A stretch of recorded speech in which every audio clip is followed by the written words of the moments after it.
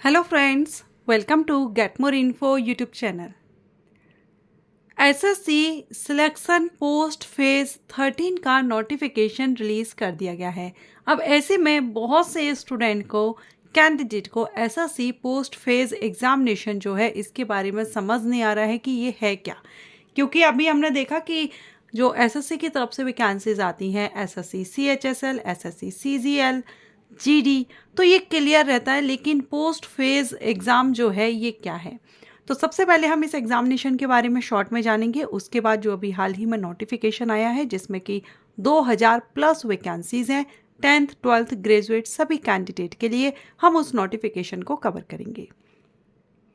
तो सबसे पहले जो पोस्ट फेज सिलेक्शन एग्जामिनेशन है, देखिए एसएससी के द्वारा जो अलग अलग एग्जामिनेशंस नोटिफिकेशन रिलीज किए जाते हैं, एसएससी सीएचएसएल, एमटीएस, सीजीएल, ये जो अलग अलग नोटिफिकेशंस रिलीज किए जाते हैं, जब इनके द्वारा जो वैकेंसीज हैं जो फिल हो जाती हैं उसके बाद भी कुछ पोस्ट वैकेंट रहती हैं अलग अलग डिपार्टमेंट में। कहीं पर 2 वैकेंसी हैं, कहीं 50 वैकेंसी हैं, इस तरह से वैकेंट रहती हैं सभी डिपार्टमेंट में। तो इन सभी डिपार्टमेंट से इन वैकेंट पोस्ट को कलेक्ट किया जाता है, मींस इनका डेटा लिया जाता है कि किस किस डिपार्टमेंट में कितनी वैकेंसियाँ बची हैं। जो एसएससी के जो अदर एग्जामिनेशन है ना, जैसे कि सीएचएसएल, सीजीएल, एमटीएस, जीडी, इनके द्वारा जीडी का एक अलग रहता है, इसमें जीडी का नहीं रहेगा, ठीक। तो ये जो ऑफिशियल जो वर्क रहते हैं वो यहाँ पर अगर फिल हो जाती हैं उसके बाद भी एक एक दो दो तो अलग अलग से नोटिफिकेशन निकालना तो पॉसिबल नहीं है। और एसएससी के द्वारा जो वैकेंसी आती है वो सेंट्रल लेवल पर आती है, सेंट्रल मिनिस्ट्रीज एंड डिपार्टमेंट के लिए आती है। तो ऐसे में फिर क्योंकि ये जो है ना एसएससी पोस्ट फेज एग्जामिनेशन, ये स्टार्टिंग से इसका नोटिफिकेशन नहीं आया है, ये लगभग 3 से 4 साल पहले इसका फर्स्ट नोटिफिकेशन रिलीज़ किया गया था। तब से ये अब कंटिन्यू इसका नोटिफिकेशन हर साल रिलीज़ किया जाता है। तो ये ऐसा नहीं है, इसमें 10th 12th ग्रेजुएट सभी लेवल की पोस्ट होती हैं और अच्छी वैकेंसीज रहती हैं, परमानेंट जॉब रहती है, सेंट्रल गवर्नमेंट की जो मिनिस्ट्रीज हैं, डिपार्टमेंट हैं, उन्हीं में आपकी भर्ती होती है। ओके, अब चलिए इसका जो नोटिफिकेशन है वो आप देखिए ऑफिशियल वेबसाइट पर आ चुका है। कल से ही इसके एप्लीकेशन स्टार्ट हो चुके हैं। आज हम इसका नोटिफिकेशन देख लेते हैं, कवर करते हैं, क्योंकि कल नाइट में इसका नोटिफिकेशन रिलीज़ किया गया था। तो ये आप यहाँ पर देखेंगे लिंक, इस पर आप क्लिक करेंगे और इसका नोटिफिकेशन डाउनलोड कर सकेंगे। तो यहाँ पर आप देख रहे हैं, 1 मिनट, ये आप देखेंगे एसएससी पोस्ट फेज 13 ये नोटिफिकेशन रिलीज़ किया गया है, जिसके 2 जून से एप्लीकेशन स्टार्ट हो गए हैं। 23 जून लास्ट डेट है एंड फ़ी पेमेंट की लास्ट डेट 24 जून है। करेक्शन विंडो 28 जून से 30 जून तक ओपन रहेगी।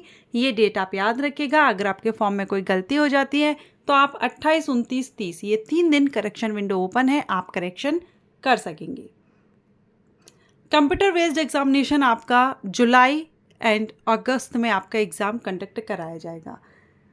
ऑनलाइन एप्लीकेशन इनवाइट किए जाते हैं। ऑल इंडिया से कैंडिडेट आवेदन करते हैं, मेल फीमेल सभी कैंडिडेट आवेदन करते हैं। परमानेंट जॉब रहती है एंड जो भी आपकी क्वालिफिकेशन है 10th से लेकर के पोस्ट ग्रेजुएट कैंडिडेट तक यहाँ पर आवेदन कर सकते हैं। एज लिमिट कितनी रहेगी, तो 1 अगस्त 2025 से एज काउंट की जाएगी, जिसमें आपकी ओवरऑल देखें, क्योंकि वेरियस पोस्ट हैं, क्वालिफिकेशन के अकॉर्डिंग डिफरेंट हैं। तो यहाँ आपकी अगर हम देखें तो मिनिमम जो एज आपकी रहेगी वो 18 से 42 साल तक के कैंडिडेट आवेदन कर सकते हैं। आप यहाँ पर देख सकते हैं 18 से 42 साल। तो 18 से 42 साल तक 42 ईयर तक के कैंडिडेट के लिए अपॉर्चुनिटी है। बर्थ डेट आपकी जो 10th की मार्कशीट में है वही यहाँ पर मान्य रहेगी।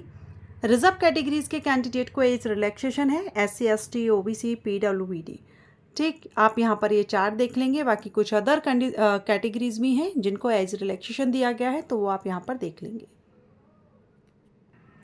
एप्लीकेशन फ़ीस 100 रुपीज़ है जनरल एंड OBC और EWS मेल कैंडिडेट के लिए। जनरल कैंडिडेट, OBC कैंडिडेट और EWS कैंडिडेट, इनके लिए 100 रुपीज़ फ़ीस पे करनी होगी। बाकी फीमेल कैंडिडेट किसी भी कैटेगरी की हो, SC ST candidate, ex serviceman candidate, PWD candidate, इनके लिए फ़ीस माफ़ है, फ़ीस पे नहीं करनी है। और ये जो फ़ीस है ये नॉन रिफंडेबल एप्लीकेशन फ़ीस है, रिफ़ंड नहीं की जाएगी।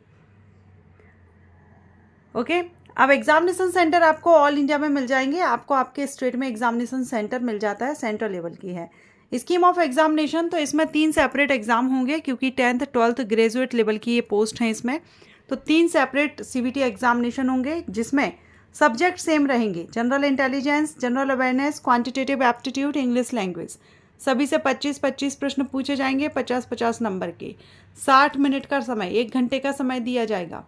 अब जिस क्वालिफिकेशन के बेस पर आप आवेदन कर रहे हैं उस हिसाब से आपका स्टैंडर्ड रहेगा एग्जामिनेशन का।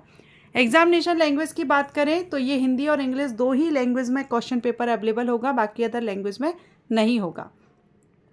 नेगेटिव मार्किंग रहेगी, 0.50 मार्क माइनस किया जाएगा रॉन्ग आंसर देने पर। तो ये तो रहा आपका सिलेक्शन प्रोसीजर। डिटेल सिलेबस भी आप देख सकते हैं, नोटिफिकेशन में आपको डिटेल सिलेबस दिया गया है 10th 12th और ग्रेजुएट लेवल का। ठीक, अब हम इसकी पोस्ट देख लेते हैं। तो यहाँ पर आप ये पोस्ट देख सकते हैं, यहाँ आपको पोस्ट नेम मिल जाएगा, ये आपका डिपार्टमेंट रहेगा, एज कितनी है पर्टिकुलर पोस्ट के लिए, सैलरी कितनी रहेगी, क्वालिफिकेशन क्या है, और categories wise vacancy detail and total vacancy कितनी है। ये सारा सब कुछ आप यहाँ पर देख लेंगे, क्योंकि पोस्ट काफ़ी है, 2000 हैं। डिपार्टमेंट वाइज पोस्ट है, इसलिए आप देख लेंगे किस डिपार्टमेंट में कितनी पोस्ट हैं। ठीक है, 10th 12th ग्रेजुएट सभी के लिए। तो ये लिस्ट पूरी दी गई है, सभी को हम नहीं देख सकते, एक एक करके सारी पोस्ट नहीं देख पाएंगे, इसलिए आप देख लेंगे इसमें। एंड इसमें हम बात करें तो सबसे ज़्यादा जो पोस्ट है वो 12th लेवल के लिए है। 12th लेवल और ग्रेजुएशन लेवल, ये 2 के लिए सबसे ज़्यादा वैकेंसी आई हुई हैं। बाकी टोटल वैकेंसी की बात करें तो आप यहाँ देख सकते हैं 2423 टोटल नंबर ऑफ वैकेंसी है। तो अच्छी अपॉर्चुनिटी है, सेंट्रल गवर्नमेंट जॉब है, हर साल नोटिफिकेशन SSC की तरफ से रिलीज़ किया जाता है। अगर एलिजिबल हो तो आवेदन जरूर करें। वीडियो अच्छा लगा हो तो लाइक करें। Thank you.